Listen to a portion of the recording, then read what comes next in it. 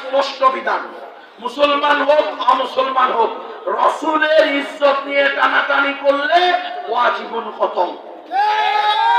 বলে এটা কে করবে? প্রশাসন করবে। প্রশাসন করবে না, এই প্রশাসন মুসলমান প্রশাসন না, এই মুসলমান ইসলামী প্রশাসন না।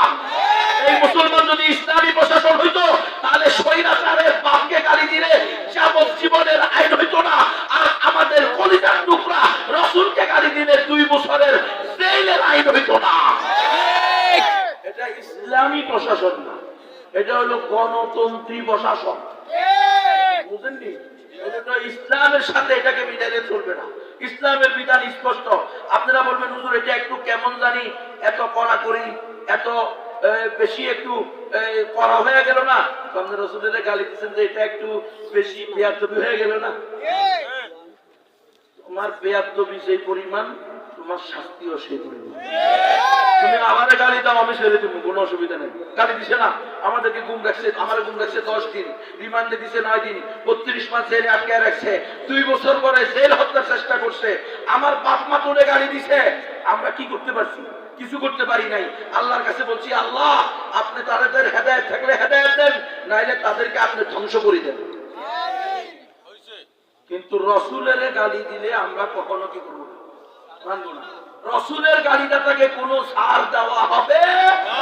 রাসূলের ইজ্জত নিয়ে গালাগালি হলে সে দুনিয়াতে থাকতে পারবে না। আপনি যদি এত সুশীল হন, এত দয়াদ্র হন, আপনার এত ভালোবাসা লাগে নাস্তিকদের জন্য, সব নাস্তিকদেরকে বলে দেন যা ইচ্ছা তা কর, কিন্তু মুহাম্মদ সাল্লাল্লাহু আলাইহি ওয়াসাল্লামের গালি দিস না, তাহলে কল্লা খুঁজে পাবি না। ব্রিটেনে থাকলে ব্রিটেন, আমেরিকা থাকলে আমেরিকা, ইন্ডিয়া থাকলে ইন্ডিয়া।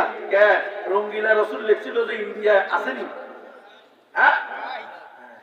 আল্লাহর বাহিনীর কোনো শেষ নাই। পানির নিচে যাবি, আসমানের উপরে যাবি, জমিনের নিচে ঢুকবি, সেখান থেকে মুসলমানরা বের করে নিয়ে আসবে। প্রকৃত আশিকে রাসূল আমি আর তুমি হতে পারি নাই, কিন্তু প্রকৃত আশিকে রাসূলের অভাব নাই। আল্লাহ তাদেরকে লাগাইয়া দিবে, আর কেউ না পারলে কুত্তা কামড়াইয়া খেয়ে ফেলবে। কুত্তা, কুত্তাও কার বাহিনী? আল্লাহ বাহিনী। ওয়ালিল্লাহি জুনুদুস সামাওয়াতি ওয়াল আরদ। আসমান জমিনের এই ব্রিটেনের এক বদমাশকে কুত্তা কামড়াইয়া মারছে। রাসূলের গালি দেওয়ার কারণে বারবার কামড় দিচ্ছে, কুত্তা শিকল ছিঁড়ে গিয়ে তাকে কামড়াইয়া মারছে। মানে আপনারা খবরদার, স্পষ্ট কথা, ইসলামের বিজয়ের জন্য আল্লাহ তাআলা ইসলাম ধর্ম পাঠাইছে।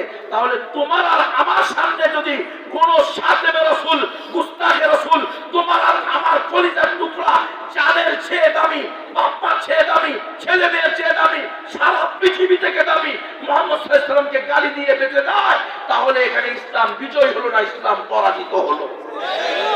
হে উম্মাহ, তোমাদেরকে আল্লাহর কাছে জবাবদিহিতা করতে হবে। এই এনজিওরা সারা দেশের আনাচে